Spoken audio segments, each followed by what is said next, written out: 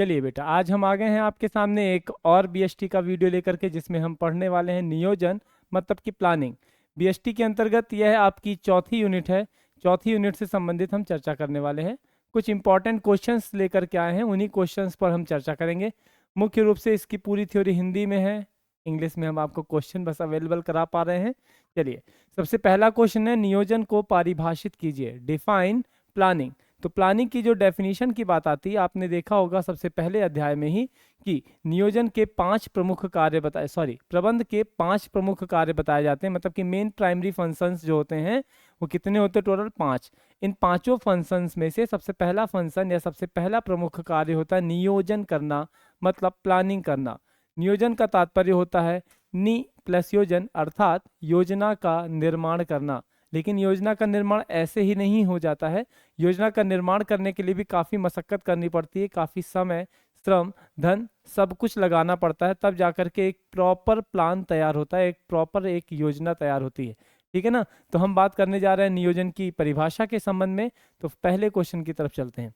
नियोजन, जैसे कि एलन ने कहा है, ये परिभाषा आपकी ऑब्जेक्टिव टाइप क्वेश्चंस में भी पूछी जा चुकी है पहले भी कई बार, और इस बार भी उम्मीद है।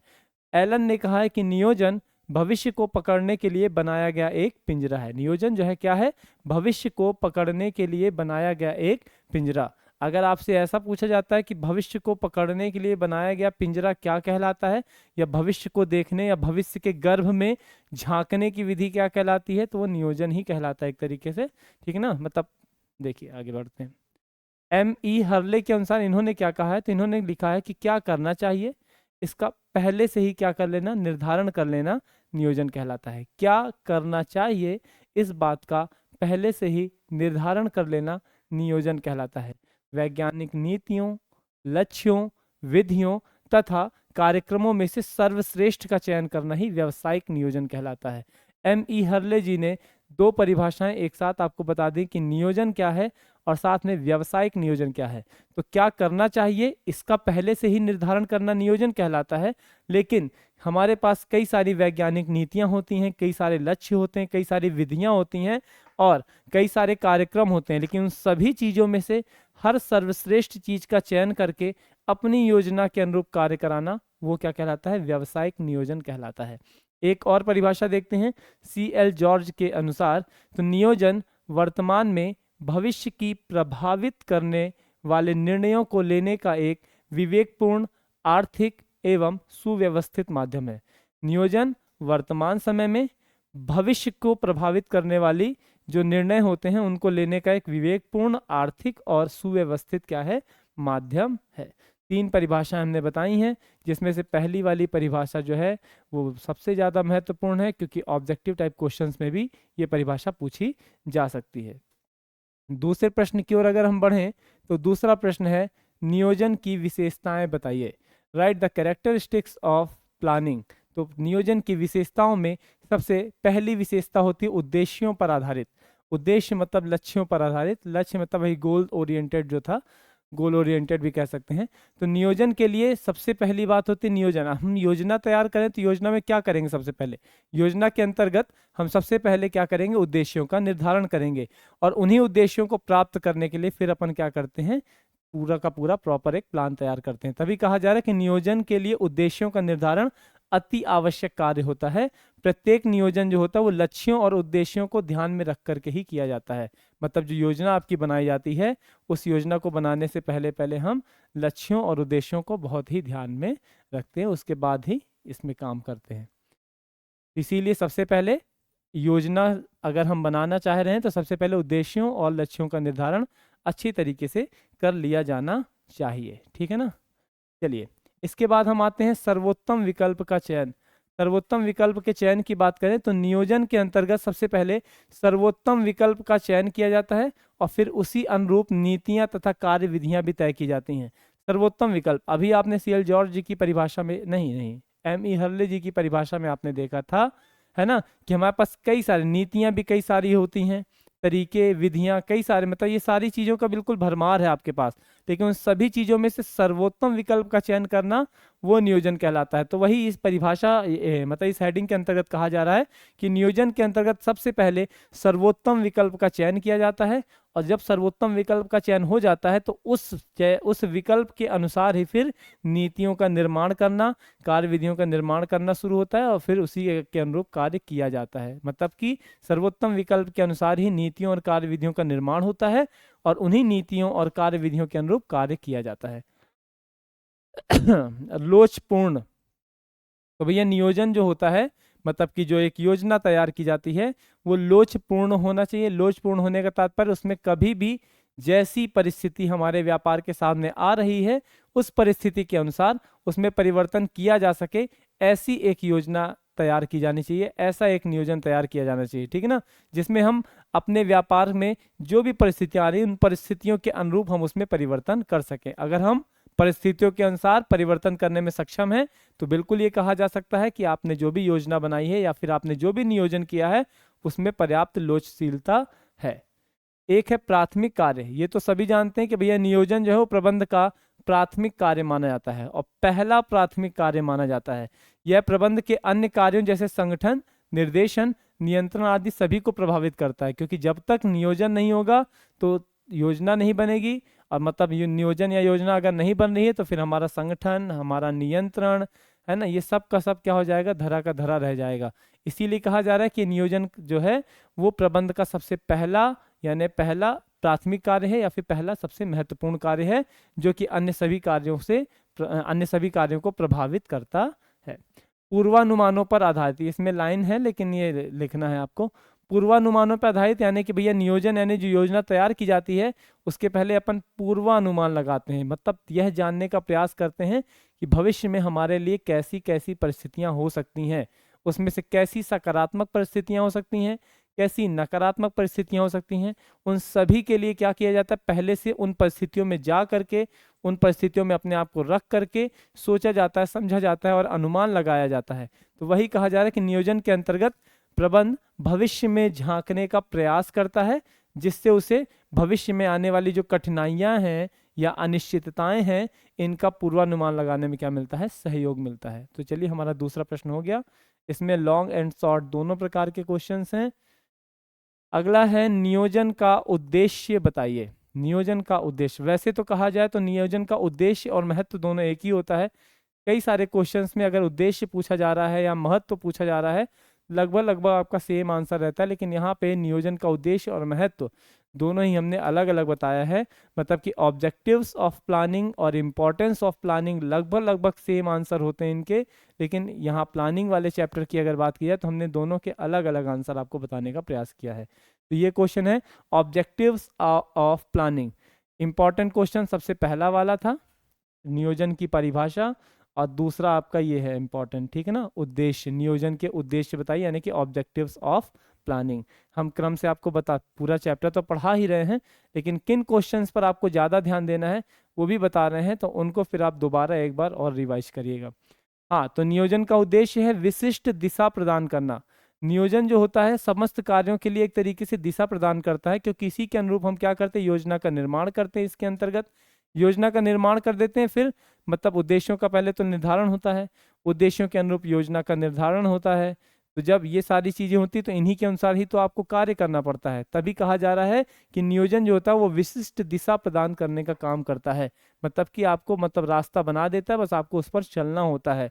तो नियोजन कार्य विशेष के निष्पादन के लिए आवश्यक भावी रूपरेखा बना करके दे देता है, और रूपरेखा के आधार पर आपको क्या करता है, एक विशिष्ट दिशा निर्देश प्रदान करता है। पूर्वानुमान करना, तो भैया पूर्वानुमान ही तो नियोजन का सार तत्व है। जब तक आप पूर्वानुमान नहीं करेंगे तब तक आप नियोजन नहीं तैयार कर सकते। आप किसी भी कार्य की योजना अगर बना रहे हैं, यानी कि घूमने जाने की भी अगर योजना कहीं की बना रहे हैं, तो आपको पहले से अनुमान लगाना पड़ेगा। भैया देख लो जिस तारीख को हम जाने को सोच रहे हैं क्या उस तारीख को रिजर्वेशन खाली है कि नहीं है ना। इसके बाद तत्काल कराना पड़ेगा कि अभी सीटें मिल जाएंगी, मतलब ऐसे बहुत सारे रहेंगे कहाँ, खाएंगे पिएंगे क्या, कितने दिन का क्या सिस्टम रहेगा, उन सब चीज़ों का पहले से अपन को अनुमान लगाना पड़ता है। तभी तो कहा जा रहा है कि पूर्वानुमान नियोजन का सार तत्व है। वास्तव में नियोजन का उद्देश्य पूर्वानुमानों के आधार पर ही वर्तमान की योजना बनाना है, यानी कि हम पूर्वानुमान के आधार पर ही वर्तमान समय के लिए योजना का निर्माण करते हैं। तो इसीलिए कहा गया है कि भैया पूर्वानुमान जो है वो नियोजन का क्या है, सार तत्व है। ये वाली लाइन आपकी जो है ऑब्जेक्टिव टाइप क्वेश्चन में भी पूछी जा सकती है कि नियोजन का सार तत्व क्या है, तो पूर्वानुमान जो है वो नियोजन का सार तत्व माना जाता है। लक्ष्य प्राप्त करना, अगला उद्देश्य है लक्ष्य प्राप्त करना। तो भैया नियोजन का अंतिम लक्ष्य योजना अनुसार काम को पूरा करना होता है। इसी प्रकार संस्था के लिए लक्ष्यों को प्राप्त करना अपेक्षाकृत अधिक सरल हो जाता है। ठीक है ना। तो मतलब इसमें क्या है, जो उद्देश्यों का, जो लक्ष्यों का निर्धारण किया गया है, उन्हीं उद्देश्यों को प्राप्त करने के लिए ही तो योजना तैयार की जा रही है, उसी लक्ष्य के अनुरूप ही योजना तैयार की जा रही है। तो जब उद्देश्यों के और लक्ष्यों के अनुरूप योजना तैयार की जा रही है तो इसका मुख्य उद्देश्य क्या होगा, तो मुख्य उद्देश्य यही होगा कि हमने जिन उद्देश्यों का निर्धारण किया है, जिन लक्ष्यों का निर्धारण किया है, उनको समय पर प्राप्त कर सकें। ठीक है ना। जोखिमों को परखना, नियोजन के अंतर्गत भविष्य की पूर्व कल्पना की जाती है, परिणामों का भी पूर्वानुमान लगाया जाता है और उपक्रम के जोखिमों और संभावनाओं को परखा जाता है कि भविष्य में हमारे पास कौन कौन से जोखिम आ सकते हैं, कौन कौन सी अनिश्चितताएं आ सकती हैं, उनका पूर्वानुमान लगा करके उनसे कैसे बचा जा सकता है, उसकी रूपरेखा भी तैयार की जाती है। ठीक है ना। अगला प्रश्न है नियोजन के महत्वों का उल्लेख कीजिए। अगला प्रश्न है नियोजन के महत्वों का, मतलब एक तरीके से वही जैसे कि आपके उद्देश्य थे, आप उद्देश्यों को भी महत्व की जगह पर लिख सकते हैं, फिर भी यहाँ पर अलग से हमने बताया हुआ है। तो देखिए नियोजन के महत्व या आवश्यकता, इंपॉर्टेंस ऑफ प्लानिंग। तो देखिए सबसे पहला है प्रबंधकीय कार्यों का आधार। प्रबंधकीय कार्य कितने बताए गए हैं आपको, 5 बताए गए हैं। नियोजन, संगठन, नियुक्तियां, निर्देशन और नियंत्रण। इन सभी, अगर नियोजन को पहले कार्य को छोड़ दिया जाए तो बाकी जो 4 कार्य हैं, इन सभी 4 कार्यों के लिए आधार का काम कौन करता है, नियोजन करता है। तभी कहा जाता है समस्त प्रबंधकीय कार्यों का क्या है, ये आधार है। तो नियोजन प्रबंध के अन्य कार्यों के का आधार माना जाता है। जैसे संगठन को गति अगर देना है या नियंत्रण चेक करना है, तो इन सभी के लिए नियोजन ही उपयोग होगा। अब संगठन को गति प्रदान करना, तो संगठन को कैसे गति प्रदान की जाएगी, यानी कि हमने जो भी कार्य निर्धारण किया था वो सही तरीके से हो पा रहा है कि नहीं हो पा रहा है, वो कौन देखेगा, संगठन देखेगा, संगठन के सदस्य देखेंगे। फिर नियंत्रण, नियंत्रण भी नियोजन से संबंधित है। कैसे संबंधित है कि भैया जो योजना बनी थी अगर उस पर बिल्कुल प्रॉपरली काम होता जाए, जिस समय में, जितने समय में जो उद्देश्य प्राप्त करना था, अगर वो सही समय पे हो रहा तो ठीक, लेकिन अगर नहीं हो रहा है तो ऐसी कंडीशन में नियंत्रण करना जरूरी हो जाता है। क्यों भैया, क्यों काम समय पे नहीं हो पाया, जितना समय निर्धारित किया गया था उतने समय पे आपको काम कर लेना चाहिए। अगर नहीं कर पा रहे हैं तो ऐसी दशा में ही फिर क्या करना पड़ता है, नियंत्रण करना पड़ता है। चलिए, मितव्ययिता उत्पन्न करना। मितव्ययिता का तात्पर्य होता है व्ययों से मित्रता करना, मतलब कम खर्च करना। जहां पर हम कम खर्च करते हैं तो ऐसी स्थिति को ही मितव्ययिता कहा जाता है। तो नियोजन के द्वारा प्रबंध तथा संचालन क्रियाओं में आर्थिक मितव्ययिता उत्पन्न की जाती है। मतलब कि आप अगर योजना बना रहे हैं तो योजना बना रहे हैं तो आपको हर चीज के बारे में पहले से जब तक जानकारी नहीं होगी, है ना, जब तक आप प्रॉपरली पूर्वानुमान नहीं लगा पाएंगे, ऐसी कंडीशन में तो आप एक तरीके से योजना का निर्माण कर ही नहीं सकते। तो अगर आप योजना का निर्माण कर रहे हैं, अगर आप योजना का निर्माण कर रहे हैं तो स्वाभाविक सी बात है भविष्य में होने वाली समस्त गतिविधियों को, समस्त परिस्थितियों से आप भली भांति वाकिफ हैं। तो ऐसी कंडीशन में फिर स्वाभाविक सी बात है कि आपको ये भी पता होगा कि किन कार्यों को करने के लिए कितने खर्चे की आवश्यकता होती है। तो वहां पर ही बात कही जा रही है इसी संबंध में कि नियोजन के द्वारा प्रबंध तथा संचालन क्रियाओं में आर्थिक मितव्ययिता उत्पन्न की जा सकती है। नियोजन से प्रबंधकीय कार्यों में स्पष्टता आ जाती है, जिससे विभिन्न प्रकार की मितव्ययिताएं उत्पन्न हो जाती हैं। समस्त प्रबंधकीय कार्यों के बारे में पता चल जाता है। अब उसी के आधार पर जो हमने योजना बनाई है हम पता कर सकते हैं किसमें खर्चा ज़्यादा लग रहा है, किसमें कम लग रहा है, किसमें ज़्यादा लगना चाहिए या नहीं लगना चाहिए। तो इस तरीके से हम उसमें मितव्ययिताएं उत्पन्न कर सकते हैं, कम खर्च कर सकते हैं। कुशलता में वृद्धि। भैया नियोजन का एक मूलभूत उद्देश्य ये भी है कि संस्था की कुशलता में वृद्धि करना। नियोजन प्रतिस्पर्धा के क्षेत्र में सफलता प्राप्त करने में सहायक होता है, साथ ही इसमें पूरे संगठन में स्वस्थ प्रतिस्पर्धा का भी वातावरण जो है वो बना रहता है। ठीक है ना। तो नियोजन का एक मूलभूत उद्देश्य क्या है, संस्था की कुशलता में वृद्धि करना। संस्था का तात्पर्य संस्था में जितने भी कर्मचारी हैं उन समस्त कर्मचारियों के मध्य क्या करना, कुशलता स्थापित करना। ठीक है ना। तो बस वही बात है कि समस्त कर्मचारियों के कार्यों में कुशलता लाना, ये भी किसका उद्देश्य है, किस मतलब नियोजन का है। निरंतर विकास और सुधार करना, नियोजन का एक उद्देश्य या महत्व ये भी होता है कि अपने भैया जिस भी संस्था में हम हैं उसका निरंतर विकास करना, उसमें विकास और सुधार को बढ़ावा देना। इसके लिए रचनात्मक विचारों को प्रोत्साहित किया जाता है। समय समय पर अपने ही संस्था के कर्मचारियों के माध्यम से नित्य नए नए विचारों को मंगाया जाता है और उन विचारों को अप्लाई करने का भी प्रयास किया जाता है। किसके अंतर्गत, नियोजन के अंतर्गत। तभी कहा जा रहा है नियोजन का एक उद्देश्य अपनी संस्था का निरंतर विकास करना है और उसका सुधार करना, समय समय पर जो भी कमियां आ रही हैं उन कमियों में सुधार भी करना है। इसके लिए रचनात्मक विचारों को मंगाया जाता है, साथ में मतलब प्राप्त किए जाते हैं और उनको प्रोत्साहित भी किया जाता है। चलिए एक और बड़ा क्वेश्चन देखते हैं, नियोजन की सीमाओं का उल्लेख कीजिए। Right the limitations of planning. ज़्यादा इंपॉर्टेंट तो नहीं है, लेकिन फिर भी कहीं ना कहीं ऐसा लगता है कि जिस प्रश्न को कहीं छोड़ दें कहीं वही ना आ जाए, उस उद्देश्य से इस क्वेश्चन के लिए इस क्वेश्चन को भी यहाँ पर जगह दी गई है। नियोजन की सीमाएं क्या क्या हैं। सीमाएं मतलब लिमिटेशंस ऑफ प्लानिंग की बात हो रही है। तो नियोजन की सीमाओं में सबसे पहले भावी अनिश्चितताएं। हम पूर्वानुमान लगा तो लेते हैं लेकिन वो सिर्फ अनुमान ही होते हैं। जरूरी तो नहीं कि हमने जैसी परिस्थितियां सोची हैं कि भविष्य में ऐसा ऐसा हो सकता है, वास्तव में ऐसा हो ही जाए। ऐसा संभव है क्या? ऐसा संभव नहीं है। तभी कहा जा रहा है कि पूर्वानुमान नियोजन की आधारशिला तो है, किंतु पूर्वानुमान लगाने में भविष्य की अनिश्चितताएं जो है वो बाधा उत्पन्न कर सकती हैं। परिवर्तनशील वातावरण में नियोजन प्रभावी नहीं रहता है। मतलब कि हमने जो प्लान तैयार किया था, जिन परिस्थितियों का हमने पूर्वानुमान लगाया था और उन परिस्थितियों के आधार पर ही अपन ने योजना बना ली थी, लेकिन अगर वो परिस्थितियां परिवर्तित हो जाती हैं तो ऐसी कंडीशन में हमारी योजना जो हमने बनाई है, हमने जो नियोजन किया है, हमने जो प्लान तैयार किया है, वो सही तरीके से लागू नहीं हो पाएगा। ठीक है। खर्चीली पद्धति की बात कर रहे हैं तो भैया नियोजन का कार्य जो है वो अत्यधिक व्ययपूर्ण होता है।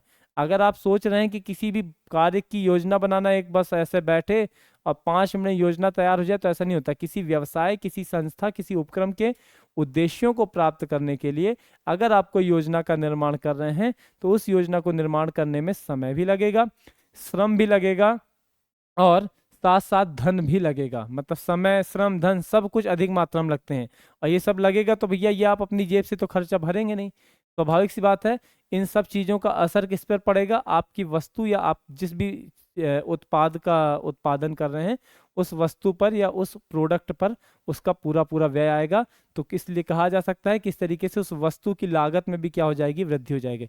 जितना खर्चीला आपका प्लान होगा उतना ही खर्चीला क्या हो जाएगी? उतनी ही खर्चीली क्या हो जाएगी? आपकी वस्तु हो जाएगी। ठीक है ना। चलिए, इसीलिए कहा जा रहा है कि लागत में जब भारी वृद्धि हो जाती है ना, इसीलिए आपसे कहा जाता है कि जो छोटे छोटे व्यवसाय होते हैं ना, छोटे छोटे व्यवसाय में नियोजन उतना ज़्यादा मतलब प्रभावी नहीं हो पाता है, या फिर वो ऐसा भी करते हैं कि वो बिना योजना के ही काम शुरू कर देते हैं। चलिए, उचित सूचनाओं का अभाव। नियोजन हेतु हमें सही सूचनाएं पर्याप्त मात्रा में चाहिए होती हैं, उचित समय चाहिए होता है और उचित रूप में चाहिए होता है ना। तो अगर हम नियोजन कर रहे हैं और हमको सही सूचनाएं पर्याप्त मात्रा में नहीं मिल पा रही हैं, उचित समय नहीं मिल पा रहा है और उचित रूप में ये सभी सूचनाएं भी उपलब्ध नहीं हो पा रही हैं, तो इससे हमारा नियोजन जो होगा वो फेल हो जाएगा। एक तरीके से नियोजन में कठिनाइयां या बाधाएं आ जाएंगी। सर्वोत्तम विकल्प का चयन कठिन। हमने कहा ना नियोजन के अंतर्गत क्या किया जाता है? विभिन्न पद्धतियों में से सर्वोत्तम पद्धति का चयन किया जाता है ना। विभिन्न नीतियों में से सर्वोत्तम नीति का चयन किया जाता है। विभिन्न जो अपने पास सोर्सेस हैं, साधन हैं, है ना, उनमें से भी विशिष्ट संसाधनों का चयन किया जाता है। तो वही कहा जा रहा है कि इतने सारी चीजों में सबसे विशिष्ट का चयन करना यह भी एक सबसे महत्वपूर्ण काम होता है और कठिन काम होता है। तो लिखा है नियोजन हेतु वैकल्पिक कार्य विधियों में से सर्वश्रेष्ठ विकल्प या सर्वोत्तम विकल्प का चयन करना सबसे अधिक कठिन कार्य होता है। विकल्प को चुनने में या विकल्प का चयन करने में भी काफी समय बर्बाद हो जाता है, जिससे भी लागत में क्या हो जाती है? वृद्धि आ जाती है। चलिए, अब आपके छोटे से एक अंतर की तरफ बढ़ते हैं जो कि वेरी इंपॉर्टेंट है और आने की भी उम्मीद है। हमने यहाँ पर टोटल 3 अंतर लिखे हैं। 3 में से सबसे इंपॉर्टेंट अंतर आपका यही है, difference between objective and policy. मतलब उद्देश्य एवं नीति में अंतर स्पष्ट कीजिए। उद्देश्य और नीति समझिएगा। सबसे पहले इनका ये अंतर का आधार, ये उद्देश्य नीति, आप जब लिखेंगे एग्जाम में तो आप इसी तरीके के कॉलम बना करके लिखेंगे, मतलब कि अंतर का आधार लिखना भी कंपलसरी ही है, ठीक है ना। तो उद्देश्य की बात करें तो उद्देश्य उपक्रम के अंतिम लक्ष्यों को निर्धारित करते हैं। मतलब कि उद्देश्य क्या होता है कि हम इतना सारा काम करेंगे और काम करके अंत में पहुंचेंगे कहाँ पे, तो वही क्या होते हैं, हमारे उद्देश्य होते हैं। तो उद्देश्य जो होते हैं उपक्रम के अंतिम लक्ष्य होते हैं। एक तरीके से उद्देश्य में हम अंतिम लक्ष्यों का निर्धारण करते हैं, जबकि नीतियां जो होती हैं वो योजना के उद्देश्यों की प्राप्ति के लिए बनाई जाती हैं, है ना। यानी कि हमने जो भी उद्देश्यों का निर्धारण किया है, उन उद्देश्यों का निर्धारण तो कर लिया, वो तो अंतिम लक्ष्य हो चुके हैं, वो तो उद्देश्य हो गया, लेकिन उन उद्देश्यों को प्राप्त कैसे किया जाएगा, तो उन उद्देश्यों को प्राप्त करने के लिए ही क्या बनाई जाती हैं, नीतियां बनाई जाती हैं। नीतियों का ही क्या किया जाता है, निर्माण किया जाता है, ठीक है ना। उद्देश्य अंतिम लक्ष्य हैं और इन उद्देश्यों को प्राप्त करने के लिए जो एक योजना बनाई जाती है वो क्या कहलाएगी, एक तरीके से नीति कहलाएगी। प्रकृति, उद्देश्य हमको बताते हैं कि क्या करना है, जबकि नीतियां हमको ये बताती हैं कि इस कार्य को कैसे किया जाएगा। उद्देश्य में आपको सिर्फ एक काम बता दिया गया, भैया आपको ये करना है, वो करना क्या कहलाएगा, उद्देश्य कहलाएगा, लेकिन उसको कैसे करना है ये क्या कहलाती हैं, ये नीतियां कहलाती हैं। तभी बताया गया कि उद्देश्य बताते हैं कि क्या करना है, जबकि नीतियां बताती हैं कि कार्य कैसे किया जाएगा। इसके बाद है निर्धारण।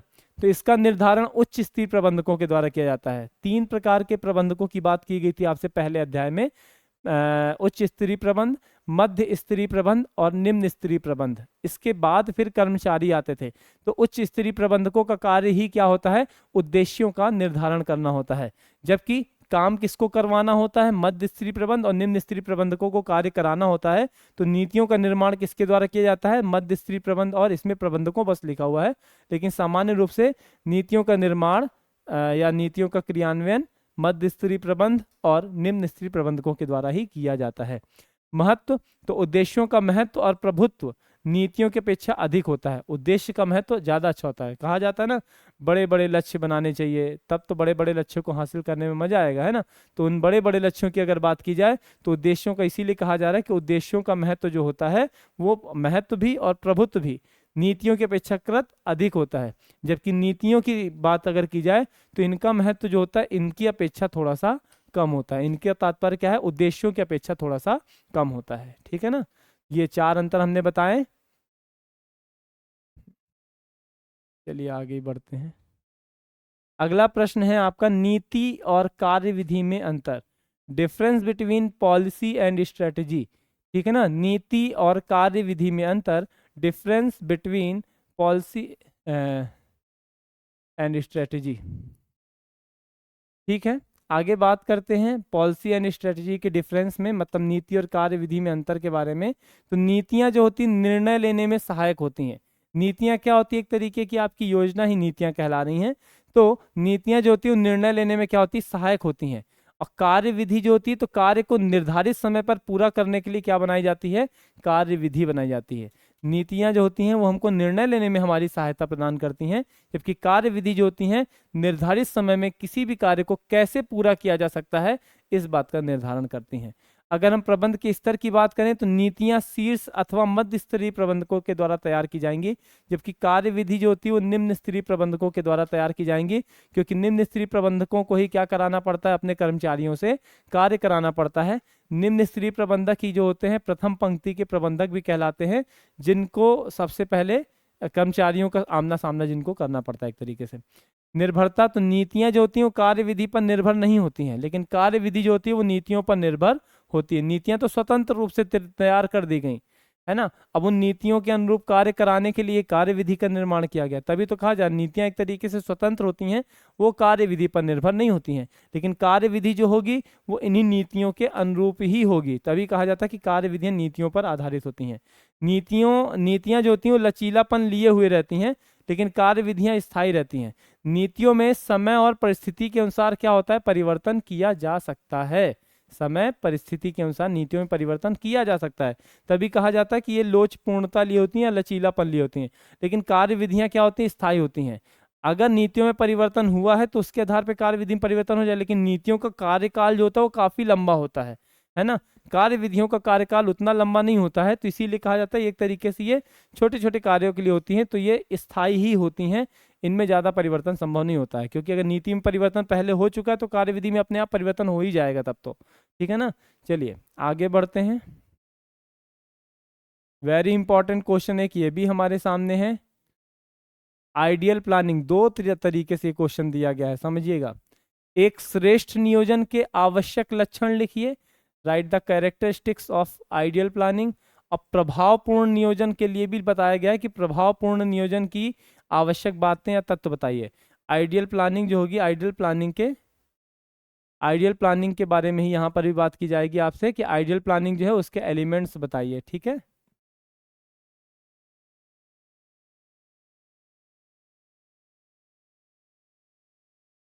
चलिए तो आगे बात करते हैं हम आइडियल प्लानिंग के आवश्यक लक्षण में, मतलब कि एक प्रभावपूर्ण नियोजन या श्रेष्ठ नियोजन जो है उसके आवश्यक लक्षण। मतलब सीधी सीधी सी बात, एक अच्छी योजना अगर हम बना रहे हैं तो एक अच्छी योजना में क्या क्या चीजें होनी चाहिए, है ना। एक आइडियल प्लानिंग में कौन कौन सी बातें होनी चाहिए, एक अच्छी योजना में कौन कौन सी बातें होनी चाहिए, अब हम उसके संबंध में चर्चा करने जा रहे हैं। तो चलिए, सबसे पहली बात है सरलता, है ना, सिंप्लिसिटी। नियोजन इतना सरल और बोधगम्य होना चाहिए कि संस्था का प्रत्येक कर्मचारी उसे आसानी से समझ सके और क्रियान्वित कर सके। मतलब अगर हम नियोजन कर रहे हैं, योजना का निर्माण कर रहे हैं, तो योजना इतनी ज्यादा कठिन नहीं होनी चाहिए, है ना, कि उसका पालन करने में अन्य लोगों को कठिनाई का सामना करना पड़े। तो वही कहा जा रहा है कि नियोजन इतना सरल और बोधगम्य होना चाहिए कि संस्था का प्रत्येक कर्मचारी उसे आसानी से समझ भी सके और उसका क्रियान्वयन भी कर सके। चलिए दूसरी बात है स्पष्ट उद्देश्य। तो प्रभावी नियोजन के लिए उद्देश्यों का स्पष्ट होना भी अत्यंत आवश्यक है, है ना। और इस पर यह भी बात कही जा रही है तथा वह उन पर आधारित भी होना चाहिए, यानी कि हमारे जो भी उद्देश्य हैं वो योजना से रिलेटेड होने चाहिए। मतलब कि योजना जो भी बनाई जा रही है वो उद्देश्यों से संबंधित ही होनी चाहिए।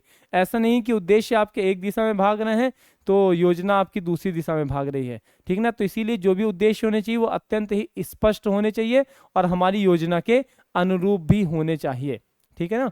अगला है मित व्यय। मित व्यय का तात्पर्य हमने बताया था ना, कम खर्चीला। तो श्रेष्ठ नियोजन जो होता है उसमें मित व्ययिता का गुण भी होना चाहिए। मतलब ये नहीं कि आप योजनाएं बनाने में अपना सारा समय, सारा श्रम, सारा धन वेस्ट कर दें, ठीक है ना। आप लोगों को इसमें जल्दी से जल्दी, मतलब कम से कम समय में, कम से कम धन में और कम से कम श्रम में आपको योजना का निर्माण कर लेना चाहिए। तभी कहा जाता है कि श्रेष्ठ नियोजन में मितव्ययिता का गुण अवश्य ही होना चाहिए और उपक्रम के अनुकूल होना चाहिए, है ना। जो भी नियोजन हम करेंगे, जो भी योजना करेंगे वो हमारी संस्था के अनुकूल होना चाहिए, ठीक है। लोचपूर्णता की अगर बात की जाए तो बस वही, नियोजन जो होना चाहिए वो कैसे होना चाहिए, लोचपूर्ण होना चाहिए।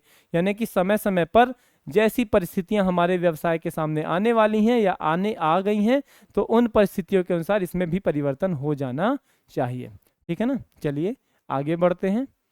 आगे फिर से एक अंतर आ गया है, नियम एवं नीति में अंतर। Difference between rules and policy. Rules and policy के डिफरेंस पर हम चर्चा करने वाले हैं। नियम विशिष्ट विवरण होते हैं और पूर्व से ही निर्धारित होते हैं।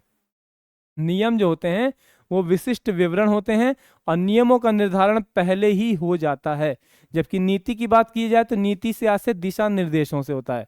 नीति एक तरीके से क्या प्रदान करती है, आपको दिशा निर्देश प्रदान करती है कि आपको क्या करना है, कैसे कैसे करना है, ठीक है ना। जबकि नियम जो होते हैं विशिष्ट विवरण होते हैं, वो एक बार निर्धारित हो गए फिर सामान्यतः उनमें परिवर्तन भी नहीं ही होता है।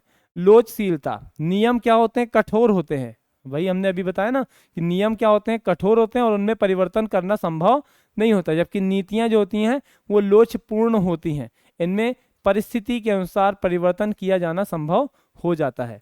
निर्णय की स्वतंत्रता की बात अगर की जाए तो इसमें प्रबंधक को निर्णय की स्वतंत्रता नहीं रहती। मतलब इसमें जो अगर परिवर्तन करना चाहें, ठीक है ना, तो नियम में परिवर्तन करना संभव नहीं है एक तरीके से, ठीक है ना।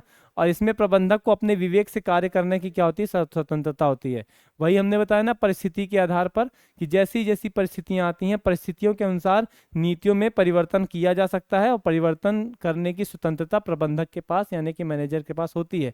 लेकिन नियम की बात की जाए तो नियम में परिवर्तन करने की स्वतंत्रता प्रबंधक के पास भी नहीं होती। जिस तरीके से जो नियमों का निर्धारण कर दिया गया आपको उसी तरीके से उनको पालन करना अनिवार्य होता है। लास्ट है नियम जो होते हैं एक तरीके का आदेश होते हैं, नियम जो होते हैं वो एक तरीके से ऑर्डर होते हैं और आदेश की तरह ही इनका पालन भी किया जाता है। जबकि नीतियों का निर्धारण अधीनस्थों की सहायता के लिए किया जाता है। नीतियां इसलिए बनाई जाती हैं ताकि हमारे जो भी अधीनस्थ कर्मचारी हैं उनको कार्य करने में सुगमता हो सके, सरलता हो सके। इसीलिए अपन एक तरीके से प्लान तैयार कर देते हैं ताकि उनको कहीं पर भी किसी भी प्रकार की कोई दिक्कत आती है तो इसको समझ लें, इसको पढ़ लें और उसके अनुसार वो अपना काम कर लें। तो नीतियां जो होती हैं हमारे अधीनस्थों की सहायता के लिए तैयार की जाती है, तभी इसमें समय समय पर परिस्थिति के अनुसार परिवर्तन भी हो जाता है, जबकि नियमों में ऐसा कुछ भी किया जाना संभव नहीं है। चलिए ठीक है, आगे बढ़ते हैं। हाँ, एक ये भी आपका वेरी इंपॉर्टेंट क्वेश्चन है कि what do you understand by objective और गोल्स, मतलब कि आप गोल्स लक्ष्य या उद्देश्य से आप क्या समझते हैं और इनका निर्धारण करते समय किन बातों को ध्यान में रखना चाहिए। मतलब कि फैक्टर अफेक्टिंग फैक्टर डिटरमाइनिंग इसमें बताना पड़ेगा आपको। Right the factor determining of objective ऐसे करके कि उद्देश्य या लक्ष्य क्या है और इनको निर्धारण करते समय कौन कौन सी बातों को ध्यान में रखना चाहिए। तो सबसे पहले हम जानते हैं कि उद्देश्य या लक्ष्य होते क्या है। तो उद्देश्य या लक्ष्य से हमारा आशय क्या होता है, पुनः अपेक्षित परिणामों से है जिनकी प्राप्ति के लिए ही सारी की सारी क्रियाएं की जाती हैं। उद्देश्य या लक्ष्य क्या होते हैं, अभी पिछले बार अभी ऊपर के क्वेश्चंस पे आपने देखा जिसमें हमने पढ़ा उद्देश्य क्या है, उद्देश्य और नीति में अंतर, उसमें आपको पता चला होगा कि उद्देश्य क्या होते हैं, एक तरीके से अंतिम लक्ष्य होते हैं जिनको प्राप्त करने के लिए सारी की सारी क्रियाएं की जाती है, सारी की सारी योजना तैयार की जाती है, उसी पर कार्य किया जाता है। तो बस वही बात है कि उद्देश्य या लक्ष्य से हमारा आशय पुनः अपेक्षित परिणामों से है जिनकी प्राप्ति के लिए समस्त क्रियाएं की जाती हैं। लक्ष्य की प्राप्ति केवल नियोजन का ही अंतिम बिंदु नहीं होता, बल्कि यह अन्य सारी क्रियाओं यानी संगठन, नियंत्रण, अभिप्रेरण, समन्वय, नियुक्तिकरण आदि सभी का अंतिम बिंदु होता है। आखिर सारे के सारे कार्य हम कर क्यों रहे हैं, उद्देश्यों को प्राप्त करने के लिए। उद्देश्यों को प्राप्त करना अंतिम बिंदु कहलाता है, एक अंतिम कार्य कहलाता है। और ये सिर्फ और सिर्फ नियोजन का अंतिम बिंदु नहीं होता है, नियोजन के साथ साथ अन्य जितने भी कार्य हैं, चाहे वो प्राथमिक कार्य हों या सहायक कार्य हों, उन समस्त कार्यों का अंतिम बिंदु ही क्या कहलाता है, उद्देश्य या लक्ष्यों को प्राप्त करना कहलाता है। ठीक है ना। अब उद्देश्यों को ध्यान में मतलब निर्धारित करते समय कौन कौन सी बातें ध्यान में रखनी चाहिए, है ना, मतलब कौन कौन से फैक्टर हैं जो ऑब्जेक्टिव्स को डिटरमाइन करते समय अपन को ध्यान रखना चाहिए, तो वो थोड़ा ध्यान देखते हैं। समूचे संगठन के लक्ष्यों और विभिन्न विभागों के लक्ष्यों में सामंजस्य बनाए रखना, मतलब पूरी संस्था के उद्देश्य और पूरी संस्था के साथ साथ हमारी संस्था में जितने भी डिपार्टमेंट बनाए गए उन सभी के उद्देश्य लगभग एक समान ही होने चाहिए। ऐसा नहीं है कि संगठन पूरी की पूरी संस्था का उद्देश्य अलग जा रहा है और उस संस्था में 5 डिपार्टमेंट है तो उन 5 डिपार्टमेंट 5 विभागों के उद्देश्य कुछ अलग ही जा रहे हैं। तो यहाँ पर ये बताया जा रहा है कि समूचे संगठन के लक्ष्य या उद्देश्य और हमारे संगठन के अंतर्गत जितने विभाग बने, जितने डिपार्टमेंट्स बने हुए हैं, उन सभी डिपार्टमेंट यानी विभागों के उद्देश्य जो होने चाहिए वो भी एक समान होने चाहिए या उनमें सामंजस्य की स्थिति हमेशा बरकरार रहनी चाहिए। दूसरी बात, मुख्य लक्ष्यों में से जो लक्ष्य लागू किए जाने योग्य हों उन्हें स्पष्ट और सुबोध भाषा में रूपांतरित कर देना चाहिए। मतलब किसी संस्था का एक ही उद्देश्य होना ये जरूरी नहीं है ना। मतलब एक अगर संस्था है तो उसके कई सारे उद्देश्य हो जाते हैं जो हमें निश्चित समय सीमा में प्राप्त करना होता है ना। तो उसमें से मान लीजिए बहुत सारे लक्ष्य हैं तो उनमें सबसे पहले तो प्राथमिकता का क्रम तय कर देना चाहिए कि सबसे पहले हमें किस उद्देश्य की ओर ज़्यादा ध्यान देना है, और जो भी उद्देश्य हों या इतने सारे उद्देश्यों में जिन उद्देश्यों पर हमको ज़्यादा फोकस करना है उनको सरल भाषा में स्पष्ट कर देना चाहिए, लिख देना चाहिए, अपने कर्मचारियों तक उसको प्रसारित कर देना चाहिए ताकि वो सुव्यवस्थित तरीके से, सरल तरीके से उसको समझ सकें और वो उनके माइंड पर बैठ जाए कि हमें कौन कौन से उद्देश्यों की प्राप्ति सबसे पहले करनी है, कौन कौन से कार्यों के लिए हमको कौन कौन से कार्यों को हमको प्राथमिकता से करना है। अगली बात है, आदर्शवादी की बजाय लक्ष्य जो होने चाहिए व्यवहारिकता हो, मतलब व्यवहारिक होने चाहिए। आदर्शवादी के बजाय मतलब ऐसे नहीं कि बस देखने, सुनने, लिखने में बड़े अच्छे ऊंची बातें दिख रही हैं लेकिन उनका दैनिक जीवन से लेना ही देना नहीं है। तो यहाँ पर यही कहा जा रहा है कि लक्ष्य आदर्शवादी हो या ना हो लेकिन लक्ष्यों को व्यवहारिक होना चाहिए। व्यवहारिक होने का तात्पर्य है कि सभी लोगों को वो आसानी से समझ में आ जाए, सभी लोगों के कार्यों में वो सरलता, सुगमता स्पष्ट तरीके से मतलब व्यक्त कर सकें, है ना। तो आदर्शवादी के बजाय लक्ष्य व्यवहारिक होने चाहिए। प्रत्येक उत्तरदायी व्यक्ति और प्रत्येक केंद्र के संबंध में लक्ष्य निर्धारित किए जाने चाहिए, यानी कि अगर लक्ष्य निर्धारित किए जा रहे हैं तो उसमें सबका उत्तरदायित्व भी निर्धारित कर देना चाहिए, ठीक है ना। अगली बात है, उद्देश्य राष्ट्रीय नीति के अनुरूप होने चाहिए और उद्देश्य भी क्या होने चाहिए, लचीले होने चाहिए, यानी कि लोचपूर्ण होने चाहिए, यानी इनमें भी परिस्थिति के अनुसार परिवर्तन किया जाना संभव होना चाहिए। चलिए अब थोड़ा सा छोटे छोटे प्रश्नों पे आते हैं। ये भी नियोजन की विशेषताएं ही हैं कि नियोजन एक बौद्धिक प्रक्रिया है। बौद्धिक प्रक्रिया भी क्या होता है, एक मेंटल प्रोसेस जो है, ये भी क्या होता है, एक तरीके से नियोजन की विशेषता ही है। लेकिन नियोजन को बौद्धिक प्रक्रिया क्यों माना जाता है, देखिए हम योजना तैयार कर रहे हैं तो योजना कैसे तैयार करेंगे, उसके लिए पूर्वानुमान लगाएंगे। कौन लगाएगा, बुद्धि के आधार पर लगाएंगे। भविष्य में कौन कौन सी कंडीशंस आ सकती हैं, इसका पता कौन करेगा, हमारी बुद्धि करेगी, है ना। मतलब सारे के सारे कार्य जो होंगे वो दिमाग के ऊपर, मतलब कि हम शारीरिक श्रम की अपेक्षा मानसिक श्रम करेंगे, तब जाकर के एक योजना तैयार होती है। बाकी कार्यों में ऐसा हो सकता है कि आपको शारीरिक श्रम ज्यादा करना पड़े, लेकिन अगर आप योजना यानी नियोजन का कार्य कर रहे हैं तो नियोजन के कार्य में आपको शारीरिक श्रम की अपेक्षा मानसिक श्रम अधिक करना पड़ेगा। तो बस वही कुछ बातें लेकर के आपके सामने इसमें आए हैं कि नियोजन एक बौद्धिक प्रक्रिया है, क्योंकि इसमें योजना बनाने वाले को संभावित तरीकों तथा विकल्पों में से किसी उत्कृष्ट मतलब सर्वोत्तम विकल्प का चुनाव करना पड़ता है। और सर्वोत्तम विकल्प को चुनने के लिए कि भैया इतनी सारी चीजों में ऐसे किस चीज को हम यहाँ पर चयन कर लें जो लंबे समय तक हमारा साथ दे सके, है ना। तो बस वही है, उत्कृष्ट विकल्प का चयन करना पड़ता है जिसमें दूरदर्शिता, विवेक, विशेष अनुभव की आवश्यकता होती है, जिसे विशिष्ट वृद्धि वाले व्यक्ति ही सफलतापूर्वक कर सकते। विशिष्ट बुद्धि वाले होंगे, यहाँ पे वृद्धि नहीं बेटा, यहाँ पर बुद्धि होगा, ठीक है ना। तो विशेष अनुभव की आवश्यकता होती है जिससे विशिष्ट बुद्धि वाले व्यक्ति ही सफलतापूर्वक कर सकते हैं। अब बुद्धि वाले व्यक्ति की जब आवश्यकता पड़ रही तो बिल्कुल कहा जा सकता है कि नियोजन एक बौद्धिक प्रक्रिया है जिसमें बुद्धि के आधार पर ही हम एक तरीके का प्रॉपर प्लान तैयार कर सकते हैं, एक निश्चित योजना का निर्माण कर सकते हैं। अगला प्रश्न आता है कि नियम जो है वो नीतियों से किस प्रकार भिन्न है। नियम जो है, अभी आपने नियम नीति का अंतर देखा, आप ये 2-3 लाइनें लिखने के बाद नियम नीति के अंतर को भी आप इसमें अपनी बुद्धि के अनुसार यहाँ पर अप्लाई कर सकते हैं। उस अंतर को भी आप पैराग्राफ बना करके यहाँ पर लिख सकते हैं।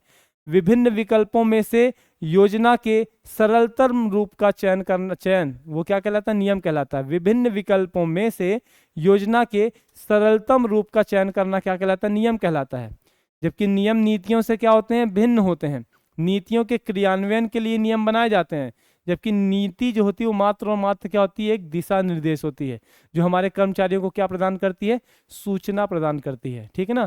तो नियम क्या होते हैं, तो भैया योजना को एक तरीके से स्पष्ट या सरल करने के लिए जो है ना सरलतम रूप जो होता है एक तरीके से, वो क्या कहलाता है, नियम कहलाता है। नियम कठोर भी होते हैं, इनका निर्धारण भी पहले से हो जाता है ना। जबकि नीतियां क्या होती है, वो मात्र क्या होती हैं, एक दिशा निर्देश होती हैं जो लोगों को या कर्मचारियों को या हमारे जो भी अधीनस्थ हैं उन सभी को सुगमता प्रदान करने के लिए बनाई जाती हैं। इसके इन्हीं निर्देशों को पालन करते हुए व्यक्ति क्या करता है, अपने लक्ष्यों को प्राप्त करने का प्रयास करता है, ठीक है। बजट क्या है, व्हाट इज बजट। तो भैया बजट किसी व्यवसाय, राजस्व और लागतों के विषय में भविष्य की वित्तीय योजना होती है जो एक निश्चित अवधि के लिए बनाई जाती है और व्यवसाय की भावी क्रियाओं को इंगित करती है। मतलब कि हम जैसे योजना बना रहे हैं तो योजना के साथ साथ, नियोजन के साथ साथ बजट भी हमको बनाना पड़ता है। कि हमने योजना तो बड़ी भारी भरकम तैयार कर ली, घूमने की ही मान लो क्यों ना हो।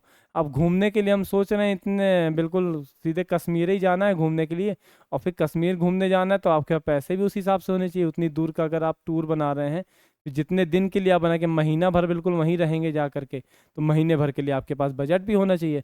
तो वही कहा जा रहा है कि अगर आप योजना का निर्माण कर रहे हैं तो योजना के साथ साथ आपको भविष्य में, मतलब जो भी योजना आप बना रहे हैं उसमें भविष्य में कहाँ कहाँ पर कितने कितने पैसे की क्या कैसी आवश्यकता पड़ेगी, इस चीज़ का निर्धारण भी आपको कर लेना चाहिए। और भविष्य के लिए अगर अपन वित्त से संबंधित कोई योजना बना रहे हैं तो वो क्या कहलाएगा, आपका बजट कहलाएगा, ठीक है ना। तो वही कहा जा रहा है कि बजट किसी व्यवसाय, राजस्व और लागतों के विषय में भविष्य की वित्तीय योजना होती है जो एक निश्चित अवधि के लिए बनाई जाती है और व्यवसाय की भावी क्रियाओं को यह क्या करता है, इंगित करता है, क्योंकि इसी बजट के अनुरूप ही सारी की सारी क्रियाएं संचालित होती हैं।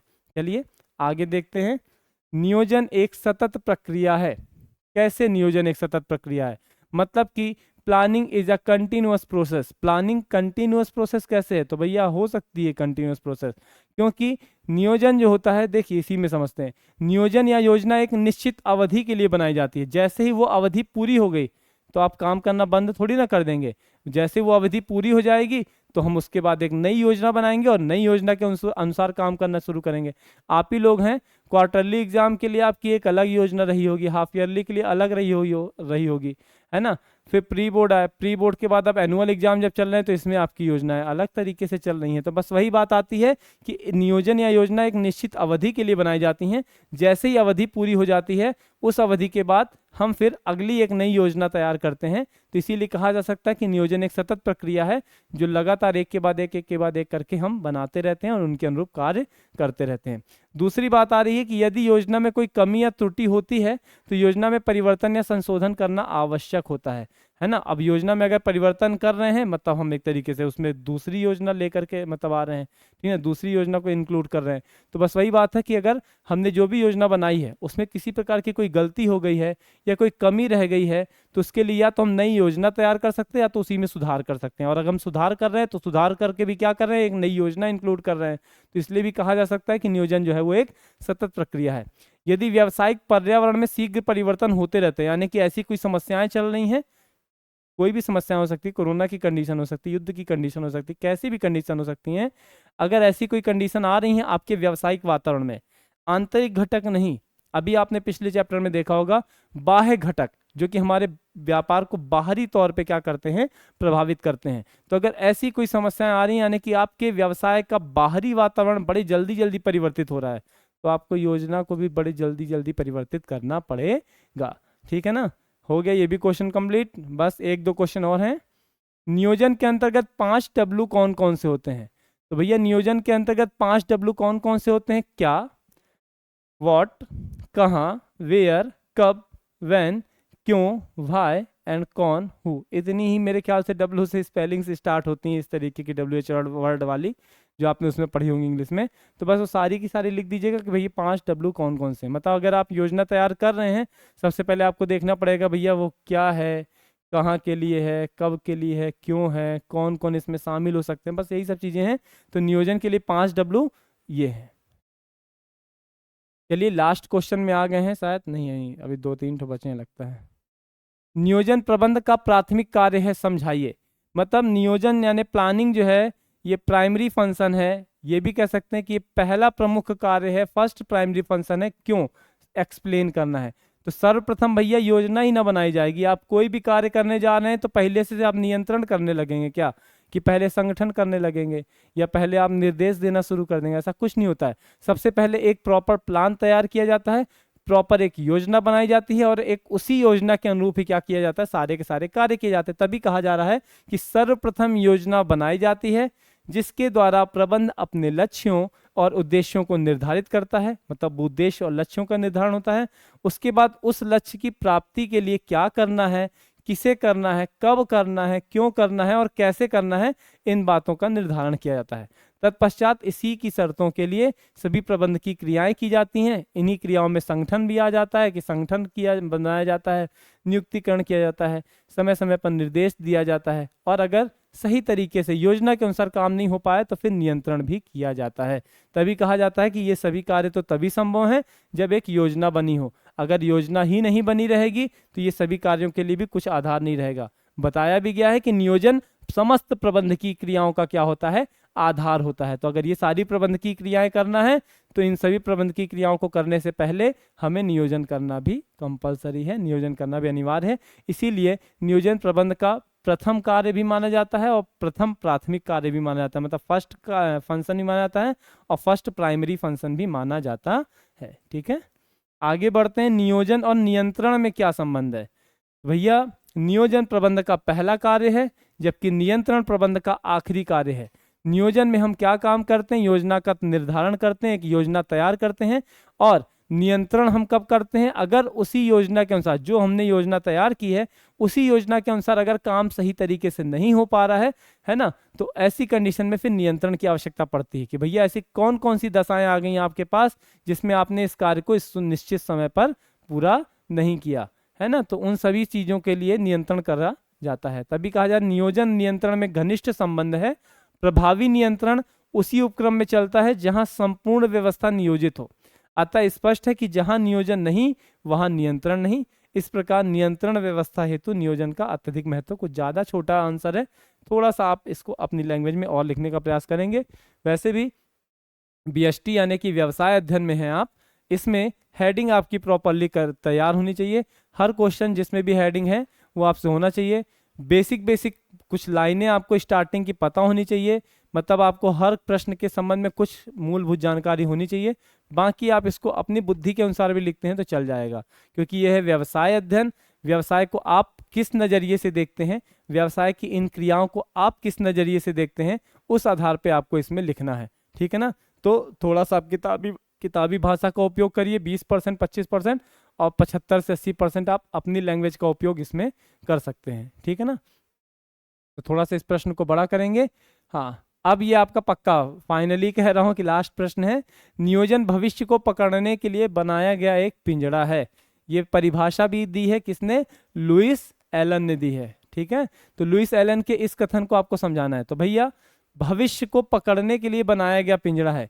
भविष्य के कार्यों का वर्तमान में निर्धारण करना ही क्या कहलाता है? नियोजन कहलाता है।